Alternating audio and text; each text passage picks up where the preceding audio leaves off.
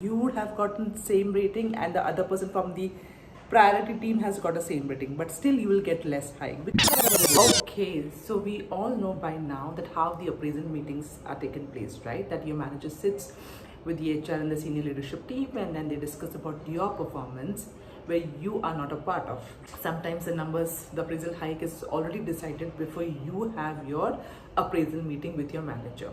There's something that you don't know. Sometimes your managers, they actually try, they actually push for you, but certain things are beyond their control, right?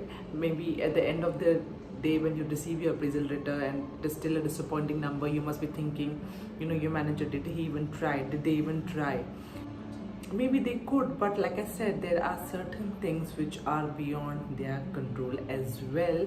And if you understand that, there are a lot of things which will make sense to you during this appraisal season. Let's talk about budget allocation. It's a fixed amount which is allocated for that particular year's increment, right? And this is decided by the leadership team. We are not bothered anyway. So what happens is that before your manager enters in that discussion, so the budget is already decided. Now what happens is that business has priorities, and these priorities change every year, every quarter, every half year. So for this year, the priority could be a team which is maybe more crucial for the business, right? So they will allocate a little more budget there. Now there could be an instance where you would have gotten the same rating and the other person from the priority team has got the same rating, but still you will get less hike because now the business priority has changed and your manager has no say here. They might try to push, but most of the time this doesn't work.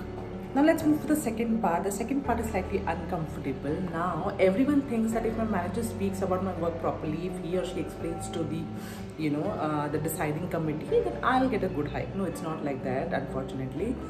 Why? Because sometimes your manager is new, sometimes they are still building credibility, sometimes they don't know how to influence people. So there are many other managers in the team as well, right? They are loud, they are influential, they are quite senior, they know how to influence others, right? So they are doing that pretty well, and your manager might not be that great at it.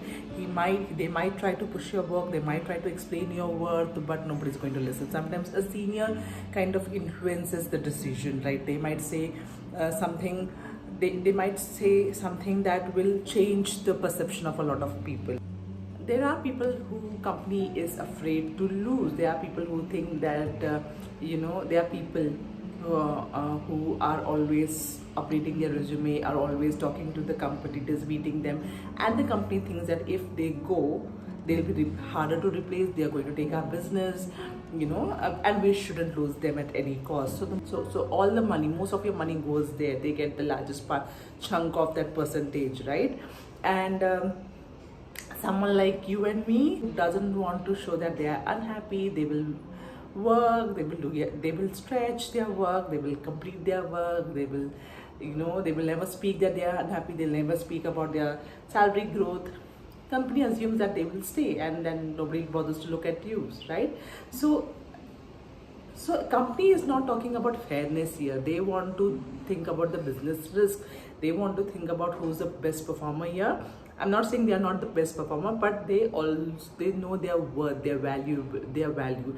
Hence they always speak about it. Hence they always tell the organization that, listen, I am not happy, and if I'm not happy, I might leave, which many of us don't do. And lastly, I just want to close with that I have done this mistake my entire life. I was not someone who could speak for herself. I wasn't someone who could show. I was someone who thought that showing your work or staying visible is like not required. People will come and notice my work. That is absolutely crap. I had faced my consequences.